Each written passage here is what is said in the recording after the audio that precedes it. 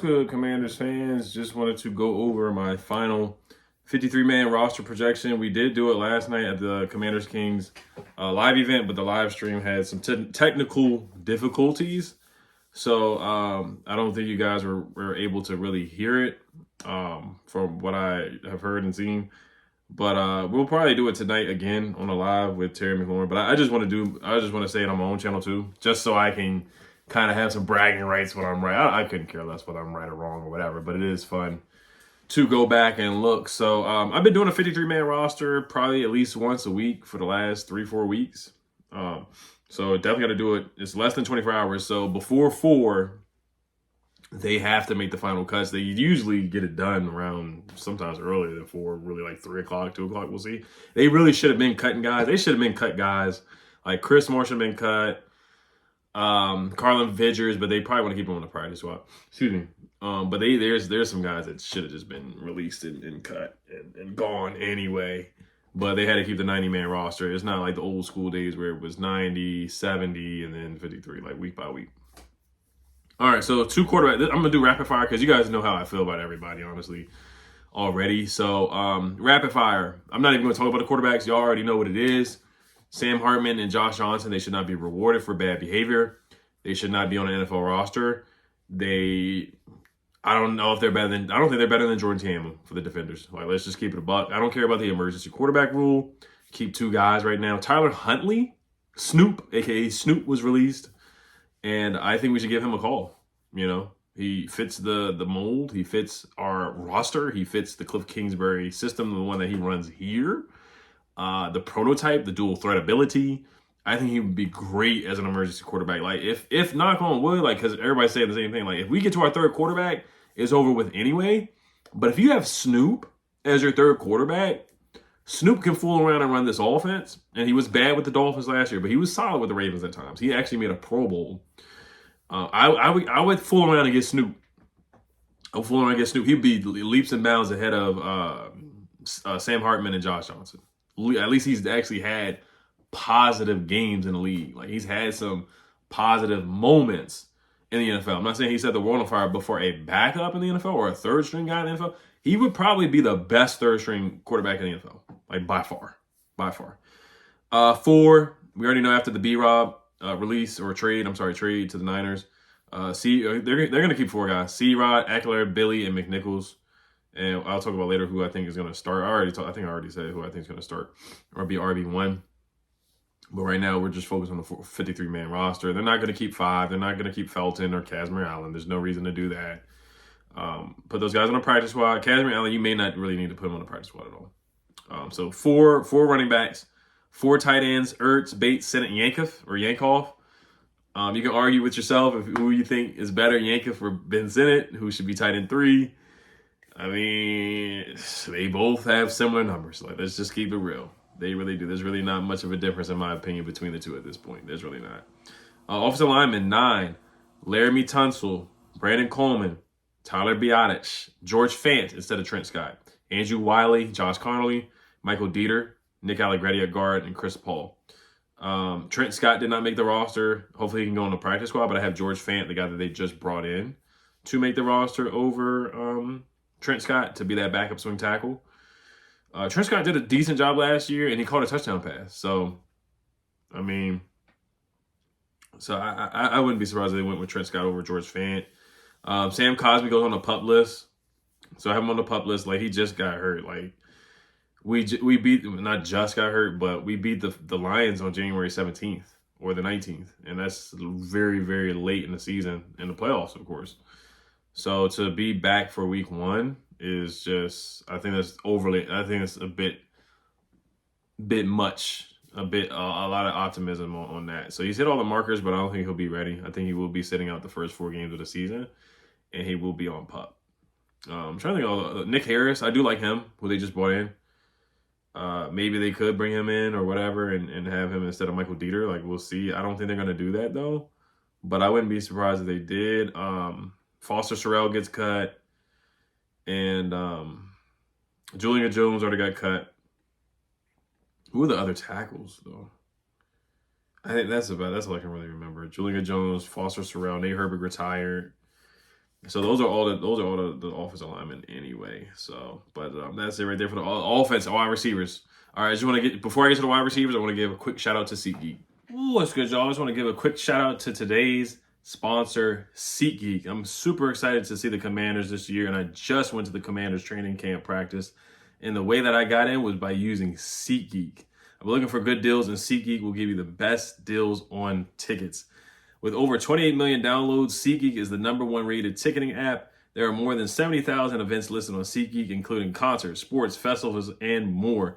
The NFL is around the corner, and MLB is in full swing. I love using SeatGeek. SeatGeek has your back. Each ticket is rated on a scale of 1 to 10, so you know you're getting a good deal. So look for the green dots. Green means good, and red means bad. Plus, every ticket is backed by their buyer guarantee. I just use them to go to that training camp practice on July 29th, where I threw the ball right into the bucket, right into the 5, and I did this cool, smooth shoulder swing, waited for the traffic to go past, and threw the ball right into the bucket. You know how I got in? I used SeatGeek, which was super clutch and super easy to use. And you know I had to come through for you guys. You can use code EDOliver for $20 off tickets at SeatGeek. That's $20 off your first purchase with promo code EDOliver. Make sure you guys click the link in the description to download the app and have the code automatically added to your account so you can use it later. Let's get back to the video. Make sure you guys check out SeatGeek and enjoy that promo code I'm giving you guys. Make sure y'all check it out. Wide receiver, Terry McLaurin, who just got signed, thank goodness. Deebo, Noah Brown, Jalen Lane, Luke McCaffrey, who is on the bubble. He might be on the bubble, man. Like JP Finley asked him about the next 48 hours or something like that after the Ravens game. So Ja'Cory Brooks had more receiving yards and more receptions than Luke McCaffrey. Jalen Lane did. I think Jacoby Jones might have. No, not Jacoby. Big Play Tay might have had more receiving yards than Luke McCaffrey in the whole preseason. That's how underwhelming Luke was. Now, Luke did leave one game because of an illness. And then the second game, he played the whole game against the Bengals, except for the first. He might have played with the first string guys. I can't remember. But he was running cardio. He was getting open, but Sam and Josh are so bad. But the same thing on that argument is that Ja'Cory was able to produce. Jalen Lane was able to produce with bad quarterback play. So it's this is your second year. You were a third-round pick. Even if quarterback play is abysmal, I get it. That's a good argument. That's the argument we use for Terry all the time. And Terry still produces, though. That's the thing.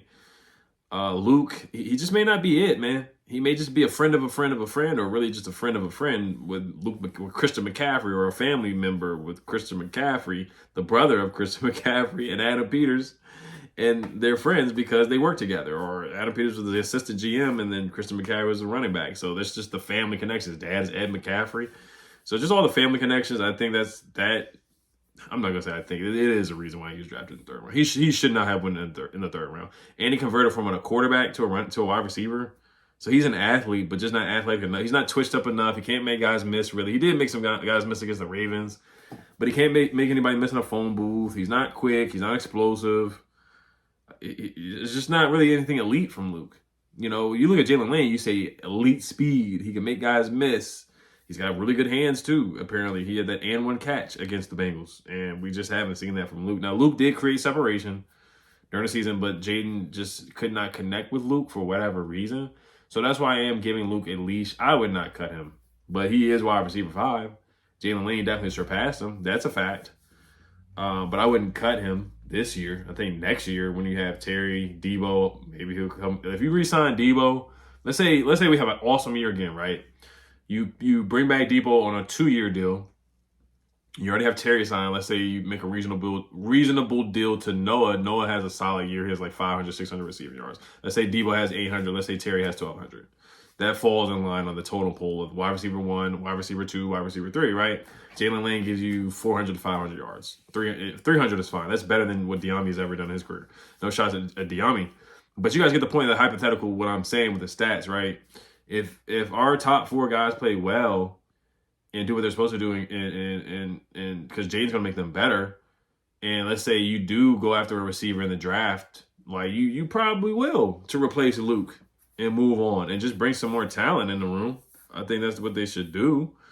You always have to add talent, and I think, losing OZ and Diami, would I at least, in hindsight, would I have brought one of those guys back? Probably in hindsight, but they wanted to develop Luke, which is fine. It's fine. But, this is probably the last developmental year. And then after that, they're probably going to look in the third round again. But like I said, if all three play, if the Commanders bring back Deebo and Noah next year, they're not going to draft a receiver in the first or second round. They're just not. But if Deebo leaves or Noah leaves, then yes, I can see that happening. I can certainly see that happening. And then Luke is definitely out of the equation. If they draft a receiver in the top 4 rounds, then Luke is gone, in my opinion. He's gone. He's the next Dom Hampton, most certainly, for sure. But he makes the roster. And Ja'Cory Brooks makes the roster. I think I'd rather have him. I know KJ Osborne can return punts, but we have our punt returner. We have our guy now. I don't think we need to put a second person that is capable of returning punt. I think you just go off of who played the best in training camp and preseason. Like Ja'Cory Brooks played well in preseason. He didn't make a lot of catches, but at least he caught the football, and he led the team in receiving against the Patriots. And you get a gold star next to your name if you catch the football. That's just how bad it was. Chris Moore had hands like a snake. KJ Osborne was dropping passes. So, it was a struggle. It was a struggle bus at the wide receiver room. Defense, rapid fire. Von Miller, Kinlaw, Dorance, Daron Payne, Dietrich Wise, Johnny Newton, Clelin Ferrell, Jacob Martin, John Baptiste, Eddie Goldman, Sheldon Day does not make it. Jalen Holmes does not make it. TJM does not make it. Who else?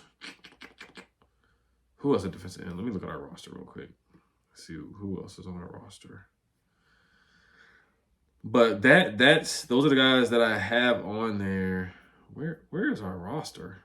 Here. Trying to pull it up on ESPN real quick.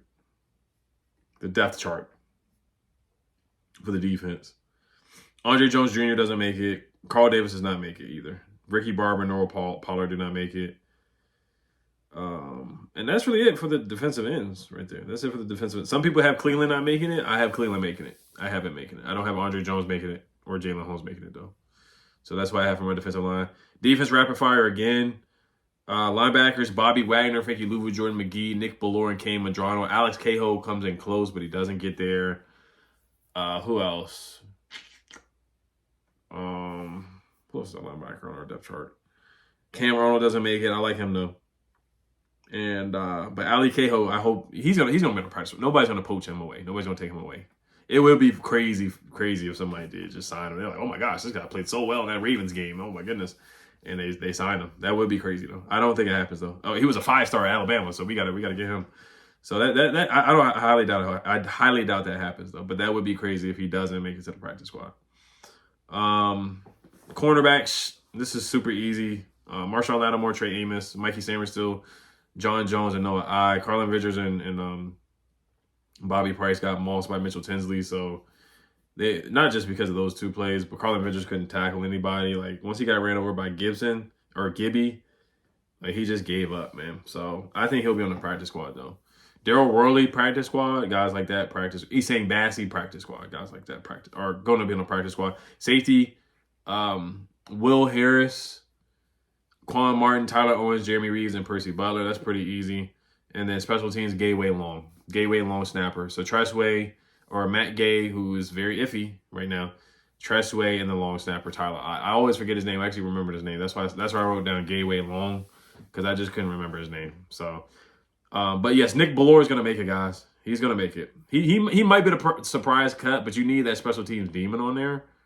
So that's why I have him on there. But you guys let me know if there's anything that you guys disagree with or any differences that you see, or if I left off anybody. Tyree Phillips is a left tackle. He's not going to make it either. Timothy McKay is not going to make it either. So those are some of the guys I couldn't remember their names. So, but all right, guys, as always, Hell Commanders. Oh, River Craycraft is not going to make it too. Braylon Sanders and Big Play Tay are not going to make it, but they could be on the practice squad. All right, guys, as always, Hell Commanders. Peace.